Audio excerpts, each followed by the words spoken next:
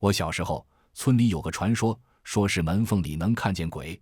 深夜，我朝门缝外看了一眼，就看见我太奶那张惨白的脸，像是泡在河里几天的尸体，白得瘆人。我被吓得半死，刚要哭，就被我奶捂住嘴。我奶小声说：“别出声，你太奶在找活人，要索命。”大家好，欢迎来到我的频道。2天前，我太奶从驴车上摔下来，脑袋磕到石头上，活活摔死了。她临死前一直嚷嚷着死得冤，要找人索命。没想到她还真来索命了。门缝外，我太奶佝偻着腰，表情严肃，眼神发狠，像是有什么不满。她走路很慢，一点点朝我家屋走过来。我奶小声说：“坏了，你太奶记得东屋住人，快躲起来。”我奶说完这话，就抱着我躲到柜子后面。柜子旁边有面镜子，刚好能看见屋里。只见我太奶的眼睛贴在门缝上，眼珠子诡异地转动，透着邪性，像是在找活人。找了一圈，没找到活人。我太奶肉眼可见的不高兴，惨白的脸变得狰狞发狠。要是被我太奶发现，肯定活不成。我太奶生气地把门推开，佝偻着腰进了屋。她进屋的瞬间，我感觉一阵阴风往我身体里钻，凉飕飕的，很难受，就连呼吸都觉得困难。我太奶阴森森地盯着屋里看，还好屋里的灯是关着的，只有月光照进来，勉强能看清屋里的摆设。要是把屋里的灯打开，我太奶就能从镜子里看见我和我奶。我太奶看了一圈，没找到活人，脸色变得更加难看。她佝偻着腰就朝屋外走，可刚走几步，院里就传来铃铛声，叮叮。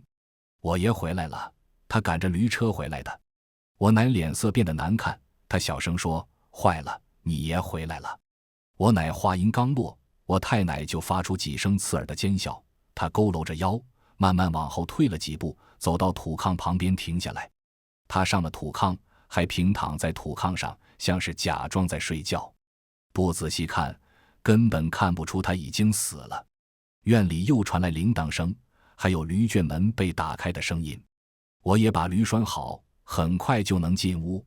我奶急得手心里都是汗，她焦急地朝院外看，就看见我也把驴绑好，已经出了驴圈。用不了几分钟就要进屋了。我奶小心翼翼地把我抱起来，她看了眼我太奶，我太奶躺在土炕上，眼睛盯着房顶看。我奶在我耳边小声说：“小秋子，千万别出声。”我奶抱着我，小心翼翼地从柜子后面出来，距离门口只有3-4米远。我奶抱着我，小心翼翼地往前走，距离门口还有2米的时候，刚好看见我爷。我奶示意我爷别出声，我爷点了点头，小心翼翼地往后退。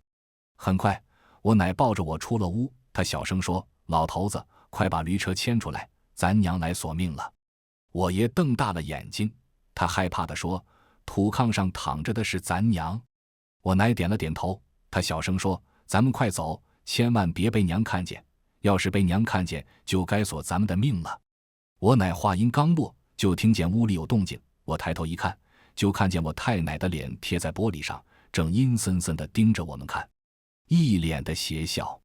还是被我太奶看见了。我奶瞪大了眼睛，她一脸惊恐地说：“老头子，咱们快跑！”我也急忙把驴车拽出来，我奶抱着我上了驴车，我也拼了命地赶驴车。驴车刚出院门，我就看见我太奶站在屋门口，朝着我咧嘴笑，她笑得瘆人，邪性像是从地狱里爬出来的恶鬼。要是被我太奶抓到，8成要被她生吞活剥了。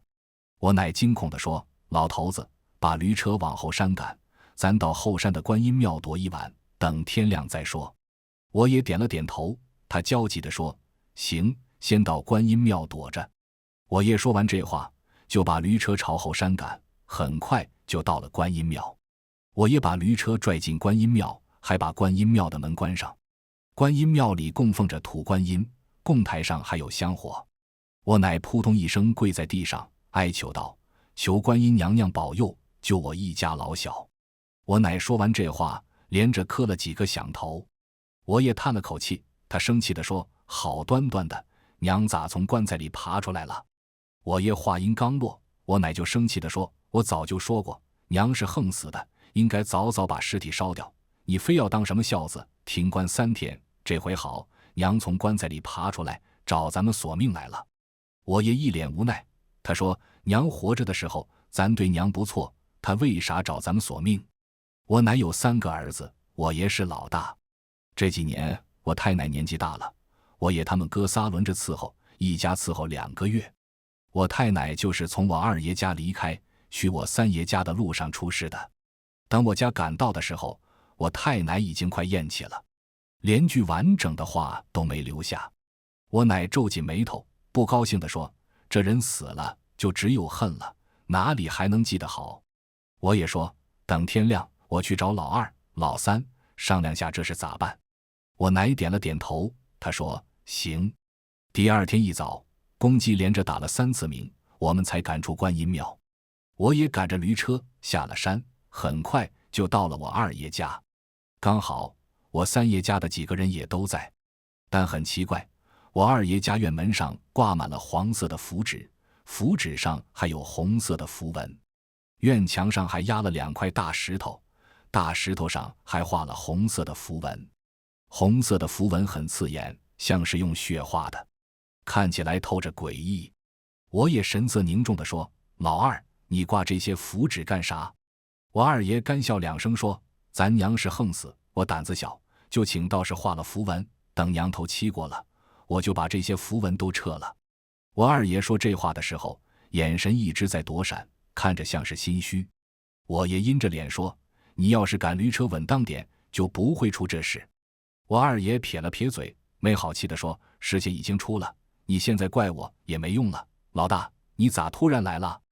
我也阴着脸说：“咱娘来索命了。”我爷话音刚落，我3爷就害怕地说：“咱娘真来索命了。”我爷皱眉，他说：“老3，你这话啥意思？好像你知道娘会来索命。”我3爷愣了几秒，眼神发呆，一脸的心虚。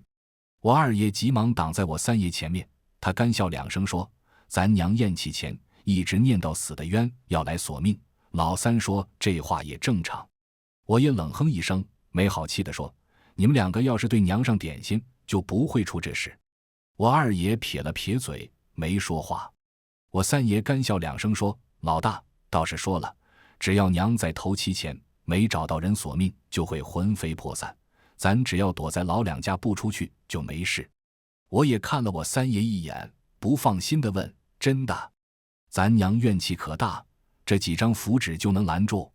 我3爷点了点头，能拦住。我也皱眉，没好气地说：“老3，咱娘真是从驴车上掉下来，活活摔死的。”我也说这话的时候，眼睛直勾勾地盯着我3爷看。我3爷愣了几秒，目光躲闪，不敢和我爷对视。他侧着身，眼睛朝地面看，心虚地说：“真的，咱娘真是摔死的。”我也走到我3爷面前，发狠地说：“冤有头，债有主，咱娘来索命，就是找害死他的人。”我爷话音刚落，我3爷就被吓得瘫坐在地上，他的脸上都是虚汗。他用手指着我2爷，不是好动静的喊：“是老2赶的驴车，跟我没关系，娘来索命也是索老2的命。”我3爷被吓得手抖，眼睛里带着惊恐，他是真害怕我太奶来索命。我2爷皱眉，狠狠踢了我3爷一脚，生气地说：“老3，你给我站起来，别瞎说话。”我3爷被吓得后背都湿透了，吓得全身都冒虚汗。我3爷从地上爬起来，眼神飘忽不定，像是丢了魂。他的眼睛直勾勾地朝着院门口看，仿佛院门口有人。我2爷使劲扇了我3爷2巴掌，大声说：“老3，你看啥呢？说话！”我3爷张大了嘴巴，一脸的惊恐。他突然朝院门口的方向跪下，发疯似的磕头，嘴里还嚷嚷着：“娘啊，是老2赶的驴车，你可千万别索我的命，跟我没关系啊！”院里人皆是一愣，纷纷朝院门口看去。可院门口根本没人，天也是晴的，连片云都没有。我2爷气得直跺脚，他把我3爷拽起来，朝着我3爷喊：“老3，你别发疯，院门口没人，你再敢说胡话，我就把你扔出去。”我二爷说这话的时候，眼神里带着惶恐，他也害怕我太奶来索命。我三爷被吓得浑身发抖，他害怕地说：“别把我扔出去，娘就在院门口，她就要进院了。”我三爷躲在我二爷身后，眼睛死死地盯着院门口看。我二爷家是木门，门是关着的，院里人也都被吓得不轻，眼神里带着慌张。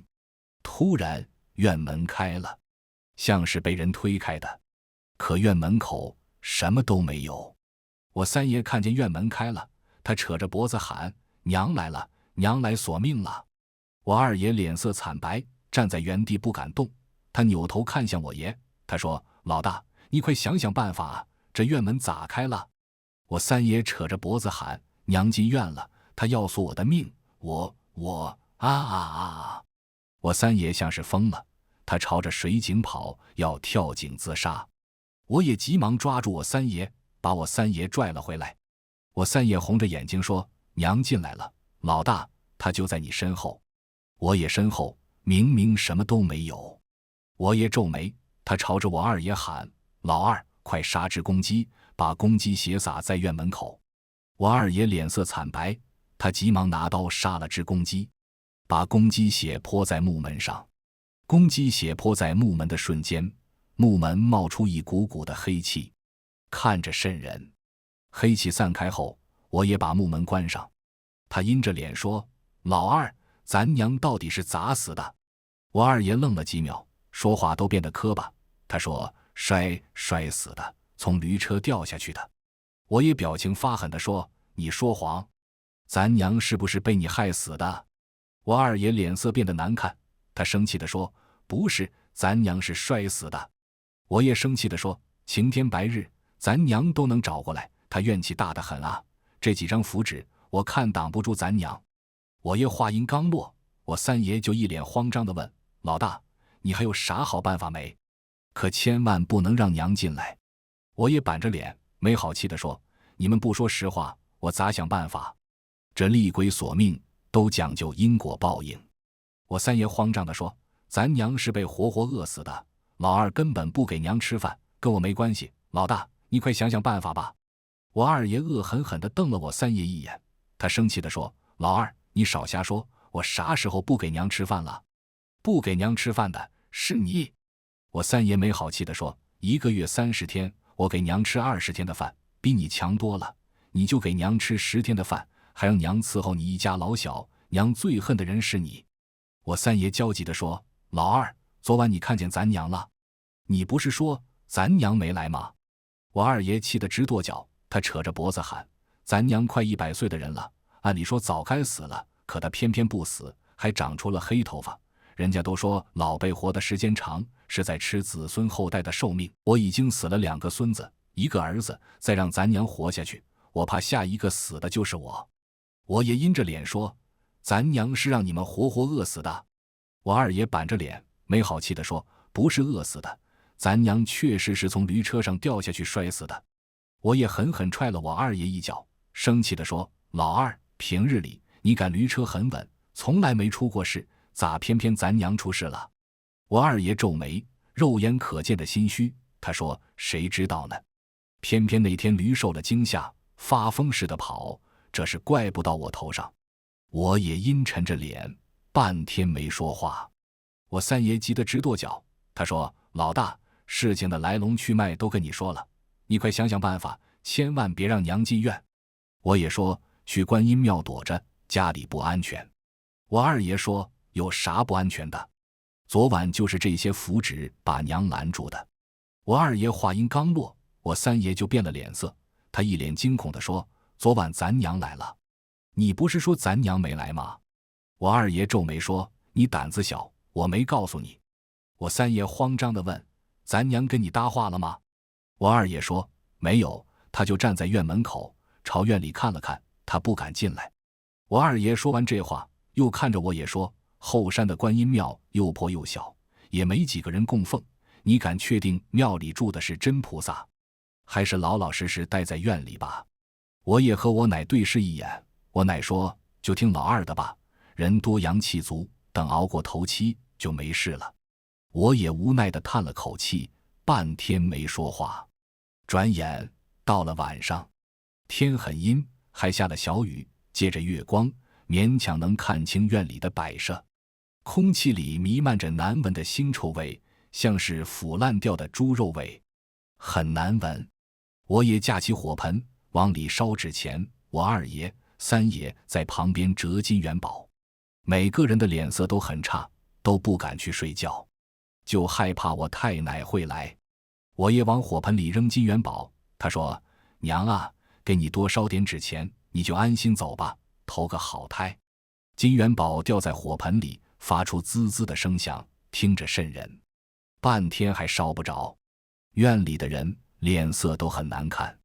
我三爷害怕地说：老二，折金元宝的纸是抹油了吗？咋烧不着？我二爷的脸色惨白，他故作镇定地说：急啥？今个下雨，纸发霉了，多烧一会就行。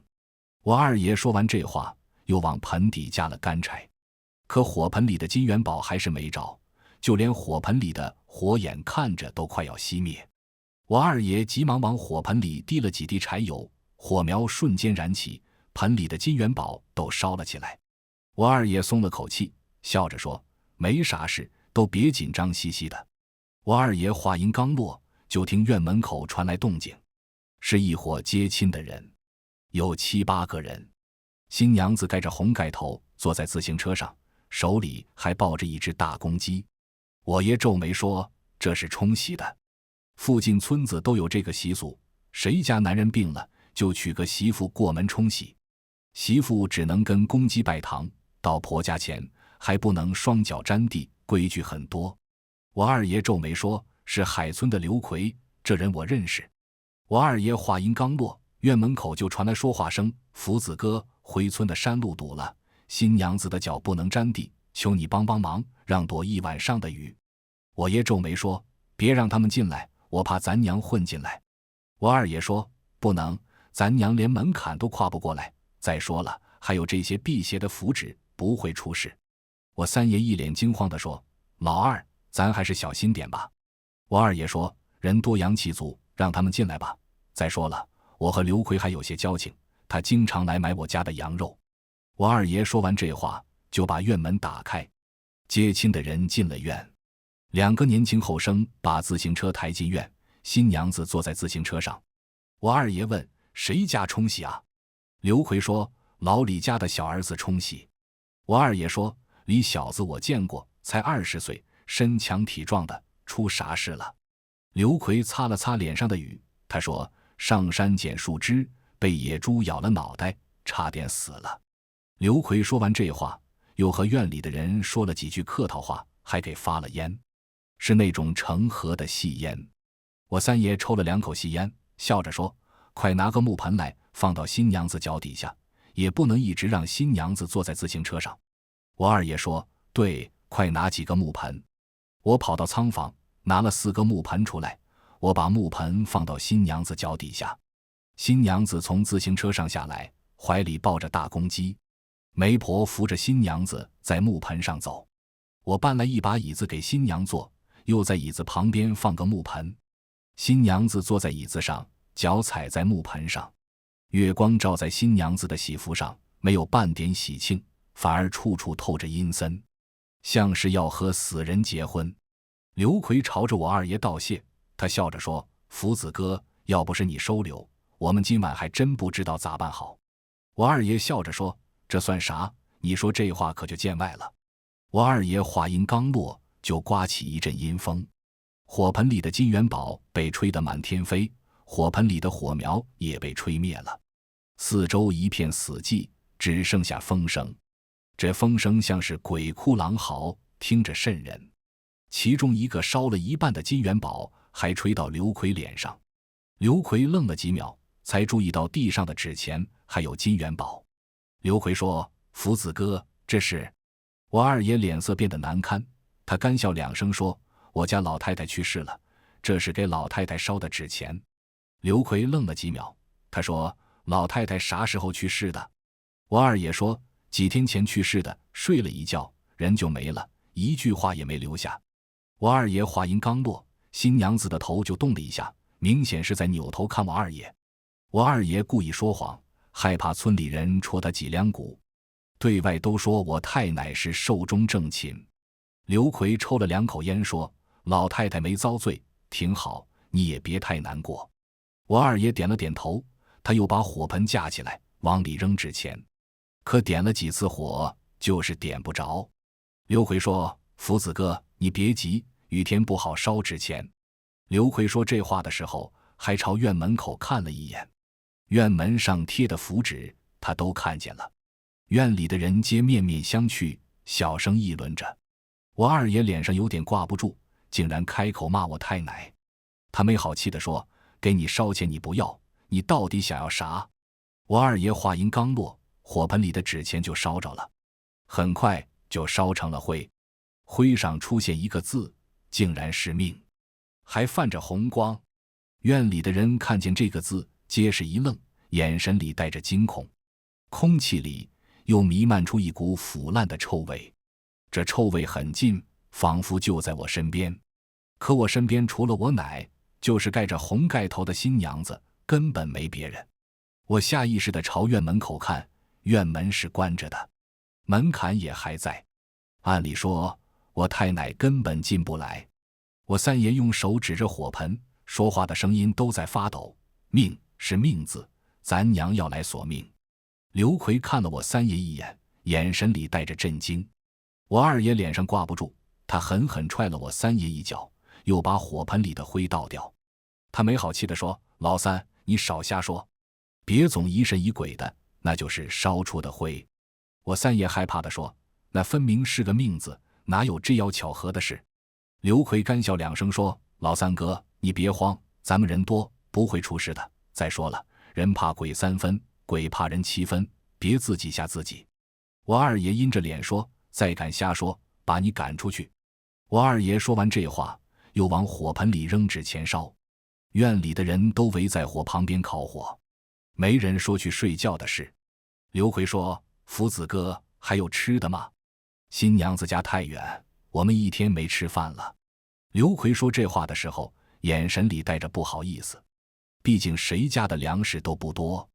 我二爷说：“有，还有吃的，到仓房里吃吧。”刘奎点了点头。我三爷说：“我也饿了，大伙都吃点饭吧。”我二爷说：“行。”院里的人都到仓房里吃饭，唯独把新娘子落在了院里。新娘子背对着我们，坐在凳子上。我奶说：“把新娘子也接进来，吃点东西吧。”我奶话音刚落，就打了一道很亮的闪电，闪电照在新娘子的红盖头上，显得格外诡异。我下意识地看向地面，新娘子竟然没有影子。我愣了几秒，使劲揉了揉眼睛。等我再想去看，闪电消失了，紧接着下起了大雨。新娘子的头上虽然有搭的棚子，但雨水还是顺着棚子掉在新娘子身上，把新娘子半面身子都浇湿了。我奶说：“快把新娘子接过来躲雨。”我奶话音刚落，就刮起了大风，风声像是孤苦狼嚎，吹得人睁不开眼睛。我又听见咯吱咯吱的开门声，像是有人在推院门，可院门上了锁，根本推不开。仓房里的人皆面面相觑，眼神里带着慌张，都察觉到四周不对劲，就连我家养的羊都吓得回了窝，没有发出半点声音。刘奎朝着新娘子喊：“秀兰，你进屋躲雨，别坐着了。”新娘子像是没听见刘奎说的话，坐在凳子上一动不动，任由雨水落在她身上。风还在吹，新娘子的红盖头被吹飞。新娘子的头发乌黑，可脖子上的肉皮却很松，像是上了年纪。她脖子上有一颗黑痣，那黑痣的位置竟然和我太奶脖子后面的黑痣位置一模一样。仓房里的人也都看见了。我三爷被吓得腿软，说话的声音都在发抖：“娘，是咱娘。”我三爷话音刚落，刘奎就跑到院里，把红盖头捡起来。我二爷说：“奎子，别去，快回来。”我二爷话音刚落，雨就停了，风也停了。四周静得可怕，就连呼吸声都能听见。刘奎站在院里，困惑地问：为啥？他距离新娘子不过2米远。我二爷皱眉说：你先让新娘子回个头。刘奎笑着说：不行，哪有这规矩？新娘子入洞房前，谁都不能看见脸。刘奎说完这话，就走到新娘子身后，把盖头盖在新娘子头上。仓房里的人皆面面相觑，眼神里带着惊恐。我三爷一脸惊慌地说：咱娘进院了，那就是咱娘，我不会看错的，这可咋办？老二，快把他们赶走吧。我三爷话音刚落，我三奶就应和着：是啊，快把他们赶走吧。我二爷看了我爷一眼，他说：老大，你说句话，出个主意。我也眯了眯眼，他说：新娘子不能露脸，那就让她说句话。我二爷拍了下大腿，他说：这主意好，免得我得罪刘奎。我二爷说完这话，就去了院里。仓房里的人也都跟着去了院里。新娘子浑身都湿透了，身上的红嫁衣颜色变得更红了，像是在血水里泡了一遍。我二爷说：奎子，能让新娘子说句话不？刘奎困惑地看着我二爷，他说：好端端的，为啥要让新娘子说话？我二爷一脸难为情，犹豫了几秒后才开口说：奎子，我也不瞒着你了，我娘是横死的，还没过头七，我害怕她附身在新娘子身上积怨。我二爷话音刚落，我又闻到那股腥臭味，味道变得更浓了。刘奎说：老太太咋死的？我二爷说：被野猪咬死的。我二爷还是没说实话。刘奎的眼眶突然发红，他笑着说：你家老太太可是个好人，年轻的时候救过一只快饿死的山猫。我二爷一脸厌恶地说：那山猫我记得，我想扒皮吃肉，他非得把山猫放了，我们兄弟3个一口肉没吃到，哪有他这样当娘的？我也皱眉仔细盯着刘奎看了看，他说：奎子，这都是60、70年前的事，你咋知道？刘奎愣了几秒，干笑2声说：福子哥跟我说的。我二爷皱眉说：啥时候的事？我咋不记得？刘奎说：上次咱俩在镇上喝酒，你亲口说的。我二爷摸了摸脑门，然后点了点头：对对对，我有点忘了。刘奎说：秀兰，你说句话，说完后咱就找个屋休息，天亮再赶路。刘奎话音刚落，就听见轰隆一声响雷，震得人头皮发麻，天瞬间阴了下来，仅有的月光也被挡住，四周黑漆漆的。黑暗中传来新娘子的说话声：麻烦几位叔伯了。我三爷把屋里的灯打开，灯光透过窗户照在新娘子身上。刘奎说：福子哥，这回你放心了吧？我二爷说：放心，都早点休息吧。我二爷家房子少，只能挤在一起睡觉。新娘子和我奶他们住在东屋，我们这些人挤在西屋，挤不下的就只能住在仓房里。深夜，我被雷声吵醒，西屋里的人也都被吵醒，但没人当回事，继续睡觉。紧接着又是3声响雷，一声比一声响，震得玻璃嗡嗡响，仿佛雷就在房顶。我坐了起来，就看见一只山猫在搬压在院子上的石头。又是一道响雷劈在山猫身上，山猫吐了血，但还是把石头搬开，又把院里贴的符纸都抓坏了。山猫的2只爪子上都是血，它用牙去咬最后一块石头。我也猛地坐起来，朝着窗外喊：这畜生要干啥？我爷话音刚落，西屋里的人就都醒了。我二爷说：坏了，院里的符纸都让这畜生抓烂了。又是一道响雷劈在山猫身上，山猫从墙上掉下来死了。西屋里的人急匆匆跑到院里。我三爷埋怨着说：就不该睡觉，这回可咋办？我也说：到观音庙里躲着。我爷说完这话，就到东屋敲门：老婆子，出事了，院里贴的符纸都被山猫抓破了，快出来，咱们到观音庙避一避。我爷说话的声音很大，可东屋没人回应。按理说，东屋的人一定会被吵醒。东屋关着灯，还拉了窗帘，看不见里面啥样。我也急了，用脚使劲踹门，把门踹得嗡嗡响，可还是没人回应。我爷焦急地说：“这是咋了？”我爷话音刚落，我就闻到一股腥臭味，这味道是从东屋里飘出来的。我二爷急了，他说：“我把门撞开。”我二爷说完这话，就将东屋的门踹开。门开的瞬间，腐烂的臭味扑面而来，像是进了乱葬岗。屋里黑漆漆的一片，我也把屋里的灯打开，就看见土炕上躺着7、8个人，唯独新娘子不见了。这7、8个人瞪大了双眼，眼睛里布满了红血丝，明显是被活活吓死的。我三爷被吓得腿软，他说：“娘来索命了，咱们快跑！”来不及多想，我也抱着我就朝院外跑，其余的人也都跟在后面跑，都朝着观音庙跑。刚下完雨，路很滑，深一脚浅一脚，好几次我也都差点摔倒。跑着跑着，我三爷突然停下来，他一脸惊恐地看着前面，害怕地说：“咱娘在前面等着咱们过去呢，快换条路走。”前面的路空无一人。我二爷说：“都什么时候了？老二，你别犯病。”我二爷说完这话，拉着我三爷就朝前面走。我三爷瘫坐在地上，死活不朝前面走，他嘴里还嚷嚷着：“咱娘在前面，快换条路走。”没办法，拗不过我三爷，只能换条小路去后山。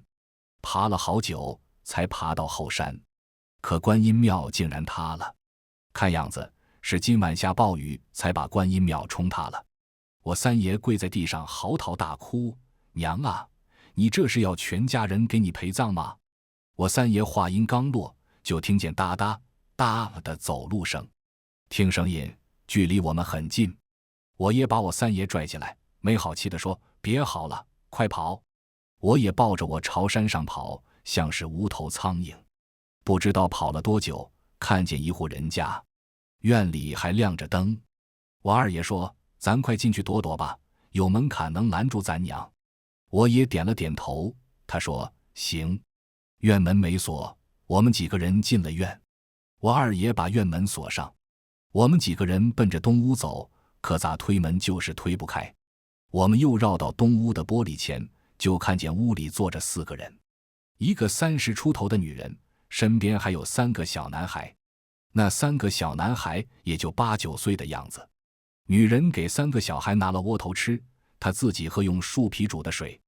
其中一个小男孩把身上的棉衣脱下来，他说：“娘，我衣服破了，穿在身上好冷。”女人摸了摸小男孩的头，她笑着说：“吃完饭你们就先睡觉，娘给你把衣服缝好。”最小的小男孩掰下一小块窝头，递到女人嘴边：“娘，你也吃。”女人笑着说：“娘不饿，三宝吃。”我愣了几秒，三宝是我三爷的小名。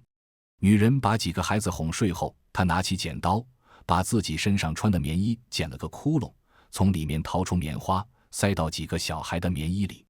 她抽了很多棉花，她的棉衣像是秋天穿的衣服。她把几个小孩的棉衣做好，又都盖在小孩脚底下。她拿起针线，对着微亮的光缝鞋底。听我太奶说，她以前就是靠着给人缝衣服、缝鞋底换钱，养活我爷他们。突然屋里的灯灭了，我眼前一黑，只觉得头晕。再睁开眼，我发现自己站在乱葬岗上，我太奶就站在不远处，正死死地盯着我们看。她佝偻着腰，笑声瘆人：“儿啊儿啊！”我三爷被吓得浑身发抖，他说：“娘，是老二害死你的，他故意让驴发毛，你找他索命。”我二爷跪在地上哀求，他哭着说：“娘啊，不是我，是老三出的主意。”我太奶尖笑几声，流下2行血泪，她面如死灰，恶狠狠地说：“儿啊，我舍不得你们，我要带你们走。”我太奶说完这话，就迈着碎步往前走了几步。她佝偻着腰，走路的姿势很怪。她阴森森地看了我爷一眼，她说：“老大，你过来。”我也红着眼睛跪在我太奶面前，她哭着说：“娘，你把我带走吧，我是个畜生，我不配活着。”我太奶流下2行血泪，他的2只手都在发抖，看我爷的眼神很复杂，眼泪在眼眶里打转。我2爷、3爷绕到我太奶身后，想要跑，可刚跑几步就浑身抽搐，倒在地上死了。我甚至听见骨头断裂的声音。我跑到我爷身边，紧紧抓着我爷的胳膊。我不敢看我太奶那张惨白的脸，只能低着头。我太奶发出瘆人的哭声，她眼里的血泪止不住地往下掉。为什么要害死我？我可是你们的亲娘。我太奶脸上的面皮被大风吹散，骨架也消失，最后整个人都不见了。我爷昏死过去。等到天亮，村里人才把我爷救了。村里人都知道我太奶死的冤，都骂我爷。我也把死去的人都埋了，又把家里的地卖了，带着我到镇上打工生活。从那以后，我爷就变成了哑巴，再也没说过一句话。全文完，感谢您的观看，每天上新精彩小说，喜欢就订阅吧。